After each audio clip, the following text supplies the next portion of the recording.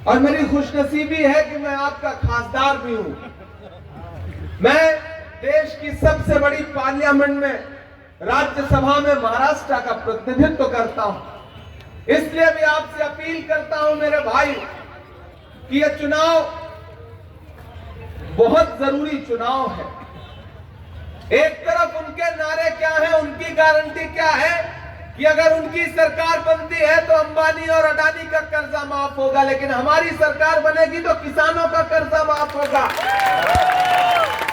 दोनों में बहुत फर्क है।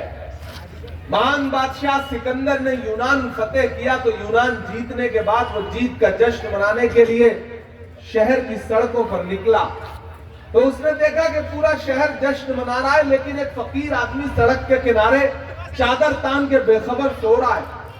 सिकंदर को गुस्सा आया। सिकंदर अपने घोड़े से उतरा और उस सोते हुए फकीर के पास जाकर के उसे जोर की एक लात मारी और लात मार के कहा कि क्यों रे फकीर, मैंने शहर जीत लिया है, लोग जश्न मना रहे हैं, तो सो रहा है। उस फकीर ने उन्नीदी आंखों से सिकंदर की तरफ देखा और देख करके कहा कि शहर फतेह करना बादशाहों का काम है, लेकिन लात मारना गधे का काम है। पिछली सरकारों ने आपके साथ क्या किया है? दिल्ली से लेकर के महाराष्ट्र की सरकारों ने क्या किया है? सिंघू बॉर्डर पर बैठे हुए 700 किसान शहीद हो गए। तब देश के प्रधानमंत्री को यह यकीन आया कि उसने जो कृषि कानून बनाए थे वो गलत थे, और तब जाकर के वापस लिया। बताइए, उन 700 किसानों की जानें कौन लौटा सकता है? ये सोयाबीन का इलाका है, इस इलाके में सोयाबीन की खेती होती है। याद करिए, किसानों से किया गया उनका वादा। यवतमाल का दाभड़ी गांव, जहां 2013 में नरेंद्र मोदी जी आए थे और उन्होंने किसानों के साथ चाय पर चर्चा की थी। किसानों के तो नसीब नहीं बदले, लेकिन प्रधानमंत्री जी 8,500 करोड़ के जहाज में घूमने लगे। कीमत तो बहुत बढ़ गई शहरों में धान की, लेकिन विदा न हो सकी बेटी किसान की। कीमत तो बहुत बढ़ गई शहरों में धान की, लेकिन विदा न हो सकी बेटी किसान की। मौका मिला तो लोगों ने कुर्सी के वास्ते तस्वीर ही बिगाड़ दी हिंदुस्तान की। धार वालों, ये इलेक्शन बहुत जरूरी इलेक्शन है। दिल्ली में बैठा हुआ हाकिम सोचता है कि महाराष्ट्र को गुजरात के रिमोट कंट्रोल से चलाया जाए, लेकिन ये महाराष्ट्र है, ये वीर शिवाजी महाराज और डॉक्टर बाबा साहब अंबेडकर की धरती है। इसे दिल्ली के रिमोट कंट्रोल से नहीं चलाया जा सकता है। ये बात नरेंद्र मोदी जी को भी समझनी पड़ेगी, और नरेंद्र मोदी जी के जो यहाँ नुमाइंदे हैं उन्हें भी ये बात समझनी पड़ेगी। ये महाराष्ट्र है। राहुल जी आपके बीच में, राहुल नाम आते ही हमें पहले राहुल गांधी याद आते हैं, फिर राहुल बोंद्रे याद आते हैं। लेकिन आप खुशनसीब हैं कि आपको राहुल नाम का नुमाइंदा मिला है।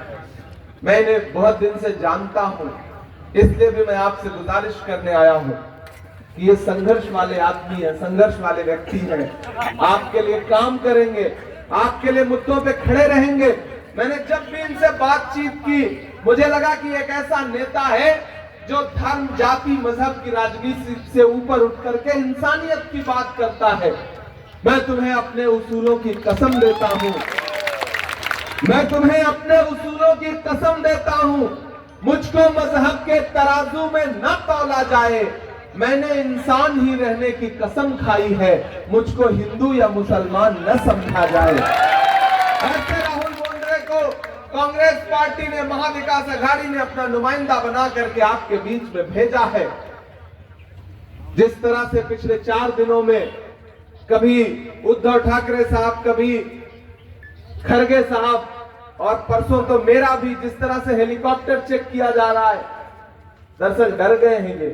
कल मीडिया के साथियों ने हमसे पूछा कि आपके नेताओं के हेलीकॉप्टर चेक हो रहे हैं, आपका भी चेक हुआ, उसमें क्या था? मैंने कहा मैं तो शायर हूं, मेरे बैग में मोहब्बत के अलावा और क्या हो सकता है।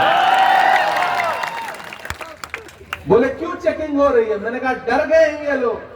अभी तो चुनाव नजदीक आते आते इनकम टैक्स, ईडी, पता नहीं क्या क्या एजेंसियां लगाई जाएंगी, क्योंकि इन्हें पता चल गया है कि महाराष्ट्र में महाविकास आघाड़ी की सरकार बनने जा रही है और महायुति की महाभ्रष्ट सरकार महाराष्ट्र से जाने वाली है। कोई दो राय नहीं है इसमें। महाराष्ट्र के हक को छीन करके यहां से ले जा करके, चाहे वो नागपुर में बनने वाली एयरबस की जो उसका प्रोजेक्ट था उसको गुजरात भेजना हो, चाहे फॉक्सकॉन की फैक्ट्री हो उसको गुजरात भेजना हो, महाराष्ट्र के लोगों का जो अधिकार है उसको दूसरे राज्यों में भेजने का जुर्म कर रही है सरकार। ऐसे में मैं आप सबसे अपील करूंगा कि इनके झांसे में मत आइए और भाजपा वालों के झांसे में तो बिल्कुल भी मत आइए। इन्हें झूठ बोलने के अलावा कुछ नहीं आता। वो एक दिन प्रधानमंत्री जी पार्लियामेंट में खड़े हुए बोले, बताओ कांग्रेस वालों 70 साल में क्या बनाया। इधर से मैं खड़ा हुआ, मैंने सोचा बताना शुरू करूं, तब तक खरगे जी ने कहा कि इमरान मत बताना, जो बताओगे ये उसको भी बेच देंगे, इनका काम सिर्फ बेचने का है। इन्होंने नारा दिया था बहुत हुई महंगाई की मार, अब की बार मोदी सरकार, याद है? याद है। फिर हुआ क्या? जो पेट्रोल डीजल 58 रुपए लीटर था वो 100 के पास हो गया, जो गैस सिलेंडर 400 का था वो 1000 का हो गया। एक दिन पार्लियामेंट में खड़े होकर के इनके एक नेता भाषण दे रहे थे महंगाई पर।